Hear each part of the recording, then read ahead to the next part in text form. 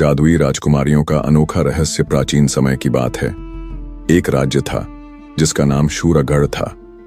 इस राज्य के राजा वीरेंद्र प्रताप अपनी बुद्धिमत्ता और वीरता के लिए प्रसिद्ध थे।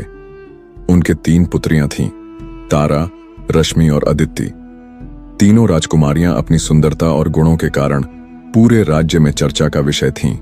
लेकिन इन राजकुमारियों के बारे में एक रहस्य ऐसा था जिसे केवल राजा और रानी ही जानते थे। गुप्त गुफा का रहस्य। शूरगढ़ के पास एक घना जंगल था जहां एक गुप्त गुफा थी। इस गुफा के बारे में कहा जाता था कि उसमें प्रवेश करने वाला कभी लौटकर नहीं आता।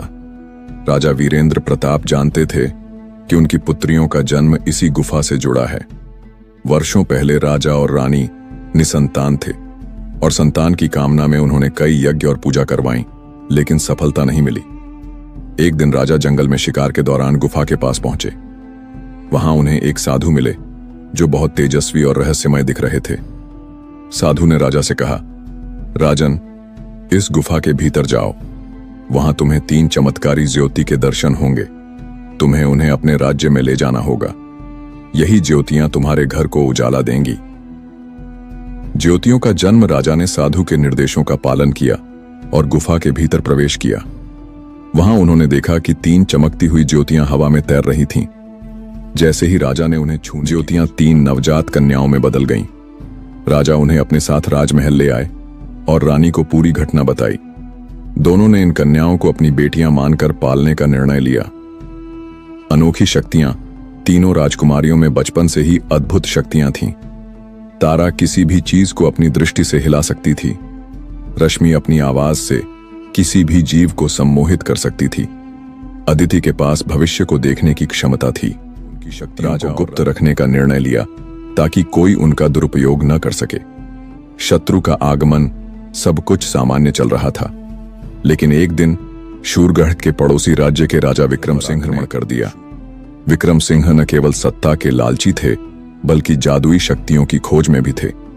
उन्हें किसी गुप्तचर से पता चला था कि शूरगढ़ की राजकुमारियों के पास अद्भुत शक्तियां हैं।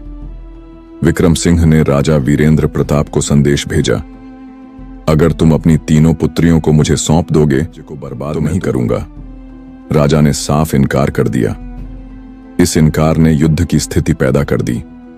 जंगल की ओर पलायन। युद्ध के डर से राजा ने अपनी पुत्रियों को सुरक्षित रखने के लिए उन्हें जंगल में भेजने का निर्णय लिया। रश्मि ने अपनी सम्मोहक आवाज से महल के सैनिकों को एक समय तक दुश्मन को रोकने का आदेश दिया, जबकि अदिति ने भविष्य में होने वाली घटनाओं को देखकर राजा को रास्ता सुझाया। शक्तियों से दुश्मनों के रास्ते में बाधाएं खड़ी कर दी। तीनों बहनें जंगल में गुफा की ओर चल पड़ीं। उन्हें मालूम था कि उनकी शक्तियों का रहस्य इसी गुफा में छिपा है। गुफा में अद्भुत संसार। गुफा में पहुंचने के बाद उन्होंने वहां एक अद्भुत संसार देखा। चारों ओर प्रकाश, पौधे तक सुनहरे रंग के थे। गुफा के बीच में वही साधु खड़े थे जिन्हें राजा ने वर्षों पहले देखा था। साधु ने कहा, पुत्रियों, तुम्हारा जन्म इस संसार को बचाने के लिए हुआ है। विक्रम सिंह जैसे लालची लोग अगर तुम्हारी शक्ति, पूरे संसार का विनाश हो जाता। अब समय आ गया है कि तुम अपनी पूरी शक्तियों का उपयोग करो। जादुई युद्ध। साधु के आशीर्वाद से तीनों बहनें अपनी पूरी शक्तियों से सुसज्जित हो गईं।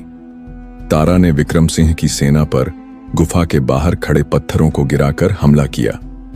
रश्मि ने अपनी आवाज से सैनिकों को भ्रमित किया और उन्हें युद्ध से पीछे हटने पर मजबूर कर दिया।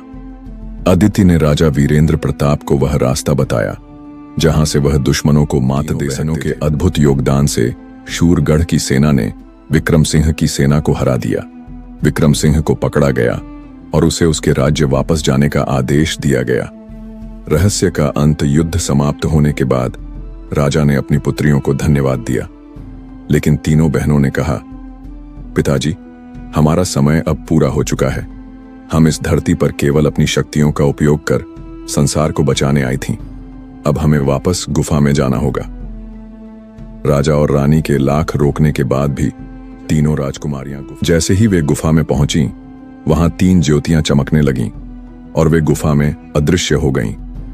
उस दिन के बाद से शूरगढ़ के लोग उन्हें देवियों के रूप में पूजने लगे। गुफा को पवित्र स्थल मानकर वहां पूजा अर्चना की जाने लगी। उपसंहार यह कहानी शूरगढ़ की अमिट वीरता और जादुई रहस्यों की है। तीनों राजकुमारियों ने यह सिखाया कि शक्तियां हमेशा सही उद्देश्य के लिए इस्तेमाल की जानी चाहिए। उनका बलिदान आज भी लोगों के दिलों में जीवित है और उनकी गाथा पीढ़ी दर पीढ़ी सुनाई जाती है। जादुई राजकुमारियां का अनोखा रहस्य अचानक घटी। एक अद्भुत घटना तीनों राजकुमारियों के गुफा में समा जाने के बाद शूरगढ़ में शांति का माहौल लौट आया। लोग उनकी स्मृतियों को देवियों के रूप में पूजने लगे। लेकिन राजा वीरेंद्र प्रताप और रानी सुमित्रा अपनी पुत्रियों को भुला नहीं पाए। उन्होंने अपने जीवन का अधिकतर समय गुफा के पास ध्यान और पूजा में बिताना शुरू कर दिया। एक दिन जब राजा ध्यान में लीन थे, गुफा से एक तेज प्रकाश निकला। राजा ने देखा कि गुफा से वही साधु प्रकट हुए जिन्होंने वर्षों पहले राजकुमारियों का रहस्य बताया था। साधु ने राजा से कहा, राजन, अभी सब कुछ समाप्त नहीं हुआ है। तुम्हारी पुत्रियों का उद्देश्य पूरा होने में अभी समय है। गुफा के भीतर एक और रहस्य छिपा है जिसे केवल तुम ही सुलझा सकते हो। गुफा के भीतर यात्रा। साधु के कहने पर राजा वीरेंद्र प्रताप गुफा के भीतर गए। गुफा ही था, सुनहरी रोशनी, चमचमाते पेड़ पौधे और एक रहस्यमय शांति। राजा ने गुफा के अंत में एक विशाल दरवाजा देखा जिस पर जटिल नक्काशी बनी हुई थी। दरवाजे के पास एक शिला पर लिखा था, जो अपने हृदय की सच्चाई और शक्ति को पहचान लेता है वही इस द्वार को खोल सकता है। राजा ने अपने मन की गहराई में झांकते हुए प्रार्थना की। अचानक दरवाजा अपने आप खुल गया। ज्योतियों का पुनः प्रकट होना। दरवाजे के पीछे एक विशाल कक्ष था जहां 3 ज्योतियां फिर से तैर रही थीं, लेकिन इस बार वे पहले से अधिक तेजस्वी लग रही थीं। राजा ने ज्योतियों से पूछा, क्या तुम मेरी पुत्रियां हो? ज्योतियां एक साथ बोलीं, पिताजी, हम आपकी पुत्रियां हैं, लेकिन हमारा यह रूप केवल क्षणिक है। हम अभी भी इस संसार के, हमारा उद्देश्य पूरा होने के बाद ही हम हमेशा के लिए इस रूप में लौट सकेंगी। नया खतरा। ज्योतियों ने राजा को बताया कि विक्रम सिंह ने हार के बाद अपनी सेना को और शक्तिशाली बनाने के लिए एक तांत्रिक की मदद ली है। वह तांत्रिक अपने काले जादू से तीनों जादुई राजकुमारियां का अनोखा रहस्य। गुफा का नया रहस्य। राजमहल में शांति लौट आई थी। तीनों राजकुमारियां तारा, रश्मि और अदिति अब राज्य के लिए अपनी अद्भुत शक्तियों का उपयोग कर रही थीं। लेकिन गुफा का रहस्य अभी पूरी तरह समाप्त नहीं हुआ था। एक दिन अदिति को भविष्य दर्शन हुआ। उसने देखा कि गुफा के भीतर एक और दरवाजा है जिसे अभी तक खोला नहीं गया है। कुछ ऐसा है जो शूरगढ़ के भविष्य को बदल सकता है। अदिति ने राजा वीरेंद्र प्रताप और अपनी बहनों को यह बात बताई। राजा चिंतित हो गए। उन्होंने कहा, अगर गुफा में तो हमें उसे जानना होगा, लेकिन हमें सावधान रहना होगा, क्योंकि हर रहस्य केवल अच्छे के लिए नहीं होता। अनजान खतरे की दस्तक। उसी रात महल के सैनिकों ने बताया कि गुफा के पास किसी रहस्यमय शक्ति की मौजूदगी महसूस हो रही है। कुछ सैनिकों ने दावा किया कि उन्होंने गुफा के पास एक परछाई को घूमते हुए देखा है। यह सुनकर राजा और तीनों राजकुमारियां गुफा की ओर निकल पड़ी है। गुफा में पहुंचने पर उन्होंने देखा कि दरवाजा, जिसे अब तक बंद माना जा रहा, खुला हुआ था। तारा ने अपनी शक्तियों से दरवाजे को पूरी तरह खोल दिया। जैसे ही दरवाजा खुला, वहां से ठंडी हवा के साथ एक डरावना अंधेरा बाहर निकला। दूसरी दुनिया का दरवाजा। दरवाजे के भीतर एक और दुनिया थी। यह दुनिया पूरी तरह अंधकारमय और भयावह थी। पेड़ सूखे हुए थे, आकाश काला था और चारों ओर अजीब सी आवाजें गूंज रही थीं। तारा ने पूछा, यह जगह क्या है? तभी एक गूंजती हुई आवाज आई, यह उस शक्ति का वास है जो तुम्हारे राज्य को नष्ट करने की कोशिश कर रही है। आवाज एक रहस्यमय महिला की थी। वह एक अजीब पोशाक में काले घूंघट के साथ प्रकट हुई। उसने कहा, मैं कालिका हूं, इस गुफा की असली रक्षक। तुमने मुझे जगाया है और अब तुम्हें इसके परिणाम भुगतने होंगे। कालिका की गुफा न केवल शक्तियों का स्रोत थी, बल्कि एक संतुलन बनाए रखने वाली जगह भी थी।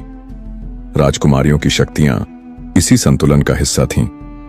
लेकिन अगर इस गुफा के सभी दरवाजे खोले गए तो यह संतुलन टूट जाएगा और इससे सारी दुनिया पर। कालिका ने चेतावनी दी, तुम्हें अपनी शक्तियों का सही इस्तेमाल करना होगा।